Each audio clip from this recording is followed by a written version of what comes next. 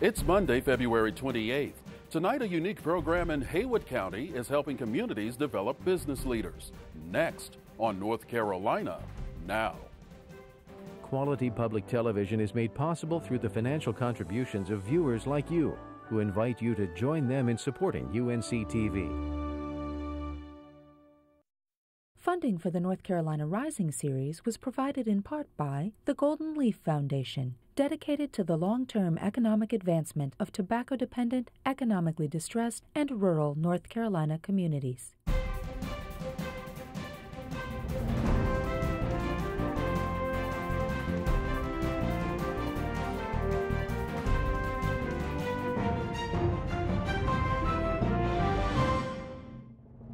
Good evening, everyone. I'm Mitchell Lewis. Thanks for joining us. Tonight on North Carolina Now, we'll talk with Bennett College for Women President Dr. Julianne Malveaux about the economy and its impact on higher education nationally and in our state as a whole. And we'll preview a viewer favorite coming up on Festival tonight, Great Scenic Railway Journeys. But we begin with a unique program working to bolster the economy in rural North Carolina. The Certified Entrepreneurial Community program in Western North Carolina is the first of its kind in the country that helps communities cultivate entrepreneurs. In this installment of our North Carolina Rising series, Christine Rogers travels to Haywood County to see how 3 small business owners are living in the entrepreneurial challenge.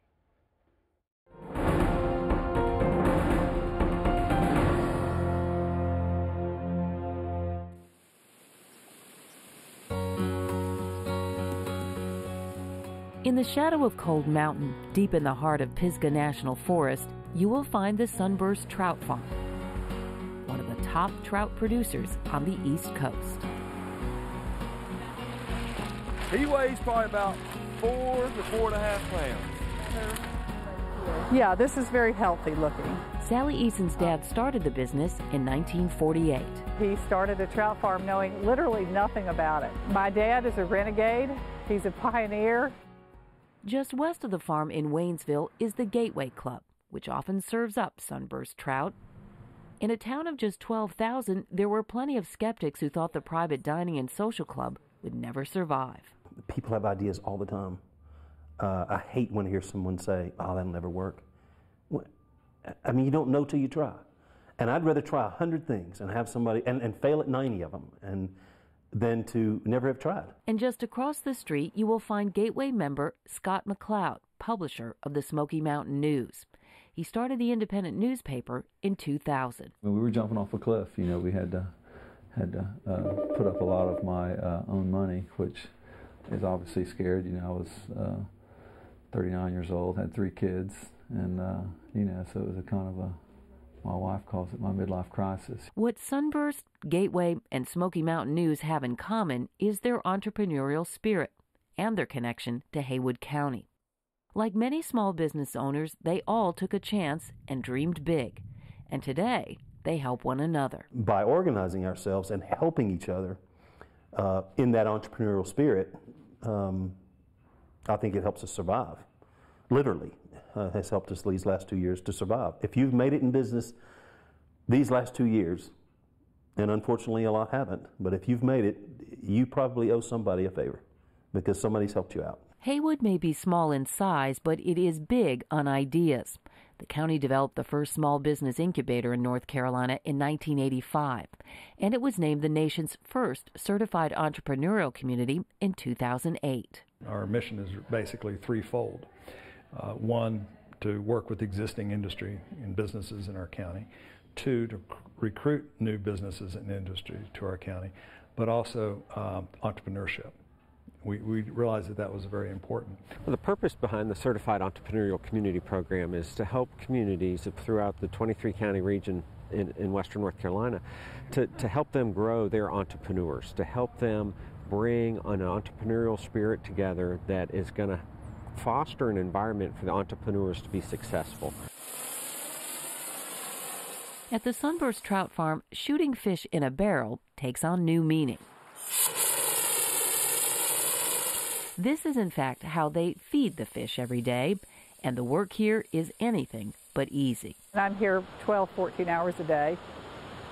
It's a hard business, but it's really gratifying, and we turn out what I think is a gorgeous product. Fed by the Pigeon River, 5,000 to 12,000 gallons of water a minute flow into the trout farm. Early each morning, the fish are harvested by hand, 250,000 pounds of trout each year.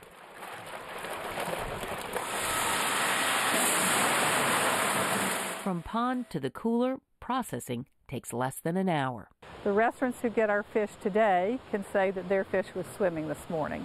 Once a pediatric nurse, Sally Eason never thought she would become a trout farmer, but since taking over from her dad, she has expanded the business, introducing a variety of new trout products. On this side, we have our hot smoked trout, this product here. With about 22 employees, it may not be the county's largest employer, but it is a shining example of a small business that has faced its share of challenges, but still managed to thrive. I think that the economic development piece with the entrepreneurial program in Haywood County is one of the strongest I've seen in any small town.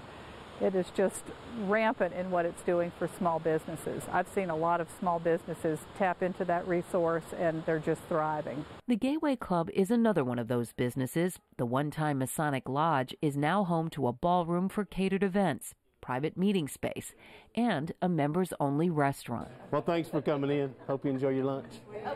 There were many who didn't think this small town could support a private social club, but the owners proved them wrong. The drive and the energy to succeed is what is at the heart of any entrepreneur. I think it's a great time to be an entrepreneur. You know, when there's issues, when there's stress, when there's problems, that's when ideas emerge. Nowhere is that more evident than at Smoky Mountain News. So in addition to our newspaper, we have a custom publishing business which has really grown significantly over the last few years. At a time when many newspapers are struggling, this independent is growing.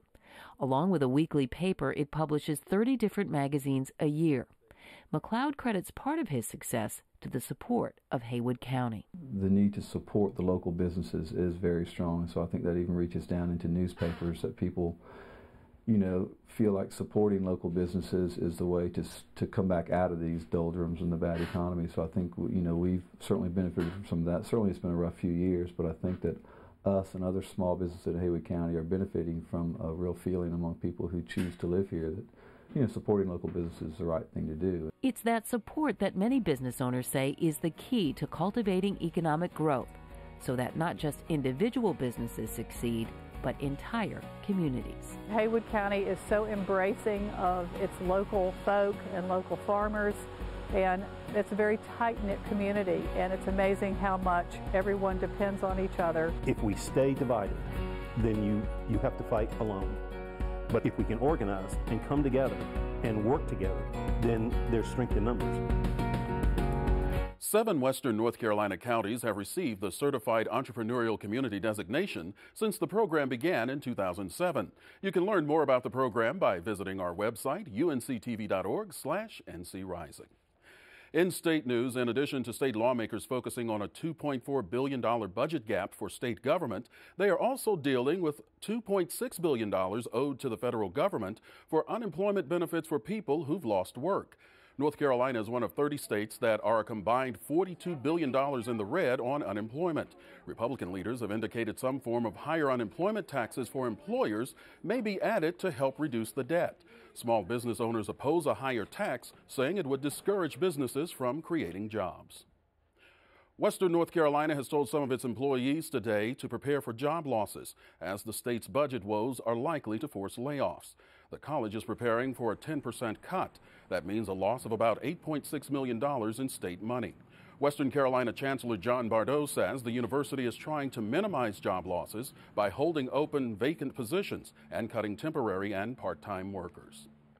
Duke University is raising its tuition by more than 4% for undergraduates to $40,665. The total cost for an undergraduate, including room, board, and other fees, will be almost $54,000 for the 2011-12 academic year.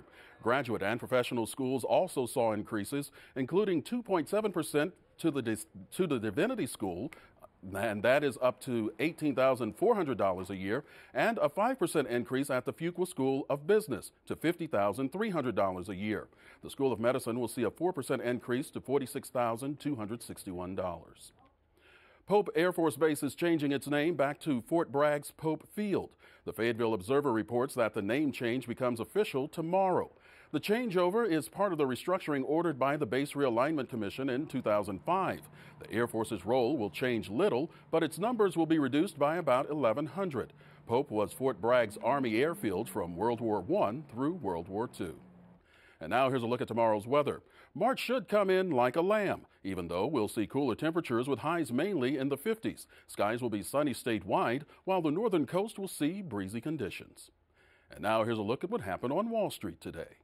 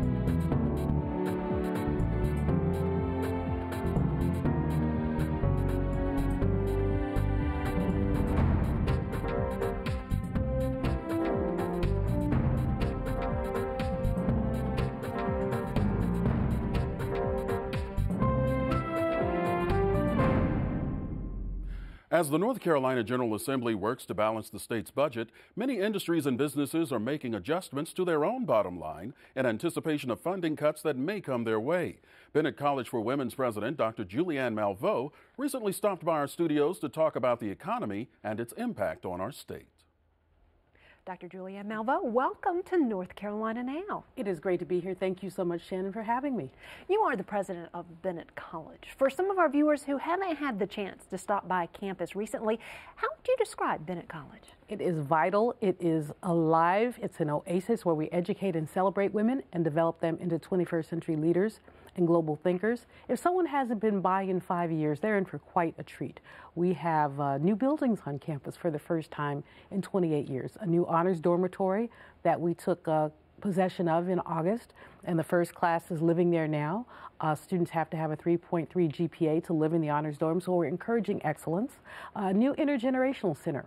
We had a children's house that had been built in 1953, and we were able to build a new center, but we call it the Intergenerational Center because we don't want to just focus on children, we want to focus on a continuum of women. And so we have some programming that we're working on for seniors there. The pièce de résistance is the Global Learning Center, which construction continues on, but we had our first opportunity last week during our board meeting to show it off a little bit, and it has just exceeded every single expectation. It's a phenomenal building. My office will be there. There's an auditorium. There is a multi-purpose room that can seat up to about 350 people for dinings, which means for our smaller functions, we don't have to go out to hotels. Office space for our global studies program, classrooms, study rooms for students so they can just go and sit somewhere and study. And we're real excited about it. A lot of the focus on campus these days, according to your website, is on teaching students communication skills, talking about the global society, looking at entrepreneurship. Yeah. Why are these areas so important to the curriculum today? And the fourth area, Shannon, is leadership. There are four foci: entrepreneurship, leadership, global studies, and communications. If you have a grounding in those areas, you'll be able to negotiate the 21st century workplace and or create your own work opportunity. As you know, with the employment situation being what it is, more and more people are finding that entrepreneurship is the answer for them, that you can't count on the traditional labor market to create a job for you. At some point in your life, you're going to want to create one for yourself. So that's entrepreneurship. Leadership. Our world is crying for leaders. Women especially, we see women so underrepresented, but women who have grounding in leadership skills. And of course, the first leadership skill is to lead yourself, is to understand who you are and whose you are. Global studies, we live in a global world. African Americans are less likely than others to travel internationally, but we want to encourage all of our students to travel. It's one of my goals, and I think I'm in striking distance, that the class of 2012, that half of them will have had a global experience. In the fall, we go to an all-passport campus, so every student will be required to have a passport so that when last-minute trips come up, they're able to take advantage of them. Last fall, I went to Haiti at the invitation of Dr. Ron Daniels for the Haiti Support Project, and he called and asked me to go, and I said, sure, I'd love to. I said, can I bring a student? He said, sure. Well, the student who really would have been my first choice didn't have a passport. She's a journalism senior and could have stood to have some footage in her portfolio as she applied to graduate school from Haiti, but didn't have a passport. It was one of those opportunities where you had to turn on a dime. So what we've said to students is you will have a passport as a Bennett College student because you can't be a global citizen without a passport. So. You mentioned the economy. In addition to your service as president of Bennett College, you are also an economist. Yes. How do you make sense and explain to the students the trends that we have been seeing in our economy in recent years? Well, we have a really baffling economy now, but then again, it's not so baffling. Basically, we have a jobless economic recovery.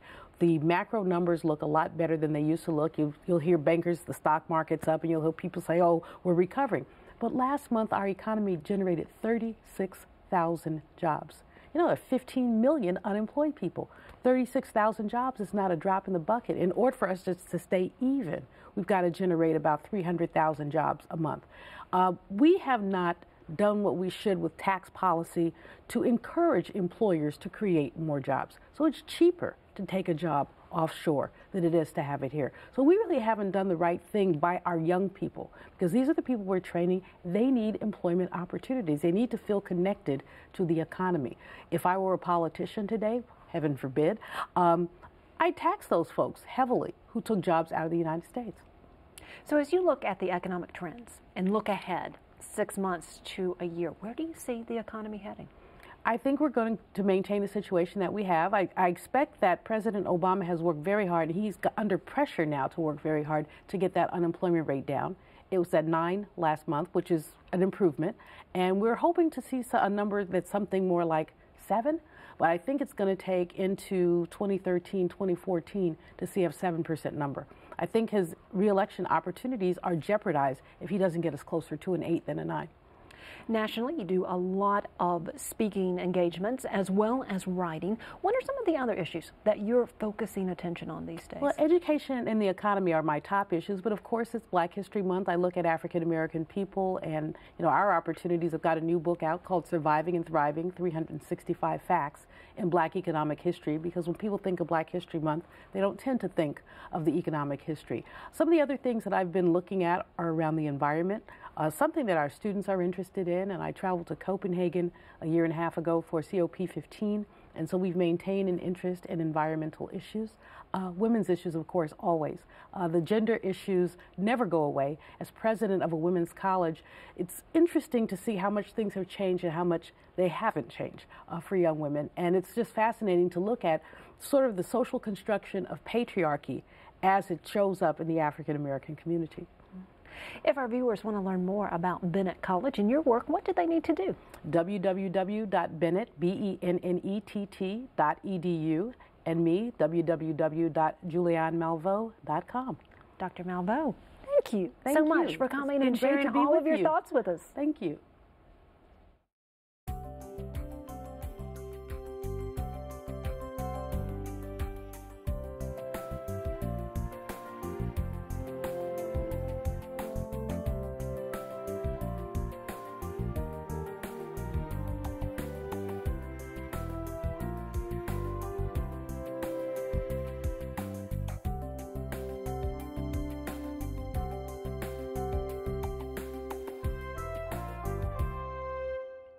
Festival 2011 continues tonight with a viewer favorite, Great Scenic Railway Journeys. Here's a sneak peek. The pride of this line is the railway's 1910 Climax steam engine. It's the oldest operating Climax locomotive in the world. They're a geared locomotive, all-wheel drive. They're made to run on rough, uneven track. They're not made for speed. They're made for power. When it was new, Climax number 3 was a manufacturer's floor model. Railroads got to try it out before deciding to purchase. The original owner got a deal on this Climax and then used it to haul logs out of the West Virginia mountains. After retirement, the engine ended up on display for many years in a Connecticut museum. Climax engines are distinguished from other geared locomotives by their highly visible steam cylinders and piston rods, which deliver power directly to each truck or set of wheels through a transmission and a pair of drive shafts. It's kind of in its natural habitat. We try to keep this thing as natural as possible. We ride in the old cabooses along the river. The track is somewhat kept in a condition that looks like an old logging line. We have a logging locomotive, so to speak, and in effect it looks like it belongs right here. It's something that would have been here years and years ago, and so you kind of go back in time. And so you get kind of a down-home experience here at Durban, leaving from the old depot with a locomotive that in effect would have pulled into this depot years ago. It brings out the child in you again. You never, ever, ever get sophisticated enough that you don't love a train. And I brought my friends with me. I have my friends here from New York and some friends from Virginia, and they said be sure and include a train trip, so I did.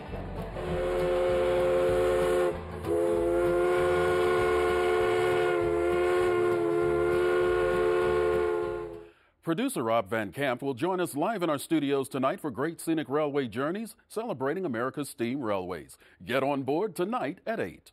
That's our show for tonight. Thanks for watching. Have a great evening, everyone. Quality public television is made possible through the financial contributions of viewers like you, who invite you to join them in supporting UNC-TV. Funding for the North Carolina Rising series was provided in part by the Golden Leaf Foundation, dedicated to the long-term economic advancement of tobacco-dependent, economically distressed, and rural North Carolina communities.